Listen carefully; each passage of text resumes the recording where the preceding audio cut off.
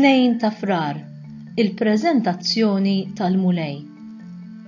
Illum jaħbad l-40 jum wara l-miliet u l-Knisja tfakkarna fil-preżentazzjoni ta' Ġesu fit-Tempju u fil-purifikazzjoni tal-Verġni Marija. 40 jum wara it-twelid ta' Ġesu, il-Madonna u San Giuseppe marru fit-Tempju biex jagħmlu ċerimonja reliġjuża li kienet preskritta fil-liġi ta' Mosè, biex joffru t-tarbija tagħhom bħala l-ewwel wild lill-Alla. L-għan ta' din iċ-ċerimonja kien biex il-lut jifhmu li l-ulied ta' Alla affdati f'idejn il-ġenituri li flok Alla kellhom jieħdu ħsiebhom.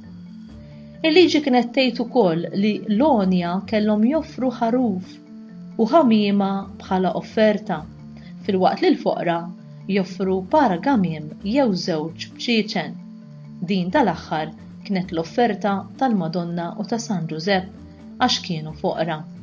Luqa, kap 2, vers 22. Xmun, xwejjaħ li kien fit-Tempju, ħa it-tarbija fidejh u imnebbaħ mill-Ispirtu Santu għarfu bħala il-Messija mwiet. U wara l-preżentazzjoni, sakemm kien qed jitkellem mal-ġenituri, daħlet il-profetessa Anna u hi wkoll għarfet fit-tarbija il-Messija li kien wasal. Din il-festa tissejjaħ ukoll il-Gandlora għax minħabba l-kliem li bih Xmun sejjaħ lil Ġesu, dawl biex idawwal il-ġnus, Luqa kap 2 vers 32, kienet daħlet drawa fil-Knisja li jitbierku u jinxtelu ix-xemat. Il-Knisja tagħmel din il-festa mhux biss biex tfakkarna f'din il-ġrajja, iżda wkoll biex tħajjarna nerġgħu nġeddu l-offerta tagħna nfusna lill-Alla. Fir-Rużarju wkoll, meta naslu fir-raba' misteru tal-ferħ, nieqfu naħsbu għal ftit fuq dan l-episodju.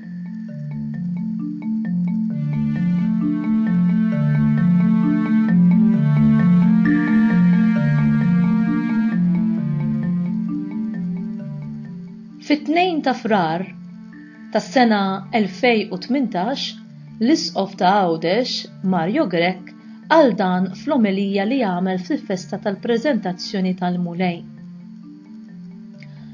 Bħal donnu fi żminijietna, kull ma jmur il-lejl qed jitwal u d-dlam isir aktar iswed. Qed ngħid għad-dlam li jaħkem il-moħħ meta dan ma jibqax iffukat fuq il-verità. Qed ngħid għad-dlam li jimla l-qalb meta l-imħabba ssir vera skarsa. U qed nirreferi għad-dalma tar-ruħ meta d-dubi jibdew jerru l-fidi tagħna falla wieħed fi 3 persuni u fi Kristu fed-dej tal-umanità. Imma ser insewwu jekk noqogħdu neqirdu fid-dlam? Il-qrid ikompli jikkarga id-dlam, għalhekk ikun aħjar jekk f'din is-sitwazzjoni naraw kif nistgħu nixelu mqar xrara waħda biex hekk nelbu d-dlam. Il-festa tal-Gandlora jew aħjar tal-preżentazzjoni ta' Ġesu fit-Tempju hija festa tad-dawl. Fil-fatt, meta Xmun ħa f'idejh lil Ġesu tarbija sejjaħlu dawl li jdawwal il-ġnus. Bir-raġun għax f'idejh Xmun kien qed jerfa' lil Kristu li jsejjaħ lilu nnifsu id-dawl tad-dinja.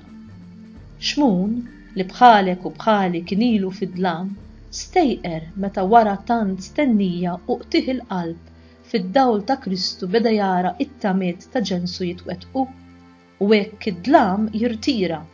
Il-poplu li kien miexi fid-dlam ra dawl kbir.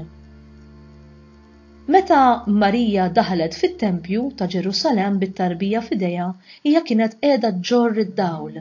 Hekk meta aħna nidħlu fit-Tempju bix-xema tixel f'idejna, neħtieġu li nemmnu li qegħdin inġorru lil Ġesu f'idejna. Fil-fatt, kull wieħed minna jista' jissejjaħ Kristofru, dak li jġorr lil Kristu. Kif Marija kienet strumentali biex id-dawl jasal fejn kien hemm id-dlam għand Xmun u fit-Tempju, in-nisran illum huwa msejjaħ jirrifletti id-dawl ta' Kristu f'dawk l-irqajja mudlama tal-ħajja.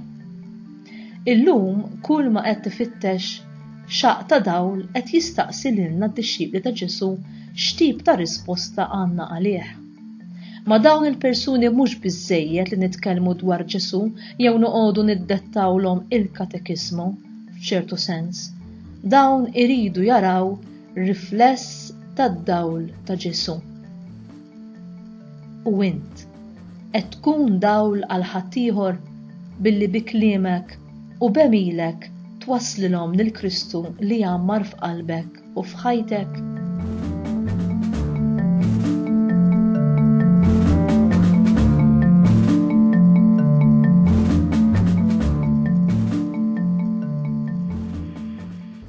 Talba. Mulej Ġesu, 40 jum wara t-twelid tiegħek, inti kont maħud fit-tempju mill-ġenituri tiegħek u ppreżentat lil Alla missierna. Fakkarna kontinwament li aħna t-tempju tal-Ispirtu Santu. Għamel li d-dawl tiegħek jidher fina. X'mun ħabbar li l-qalb ta' Marija se tkun minfuda kif Marija baqgħet ma' Ġesu fid-dbatija. Nitolbuk li aħna wkoll nkunu ta' għajnuna lil dawk li jkunu għaddejjin minn kull xorta ta' dbatija.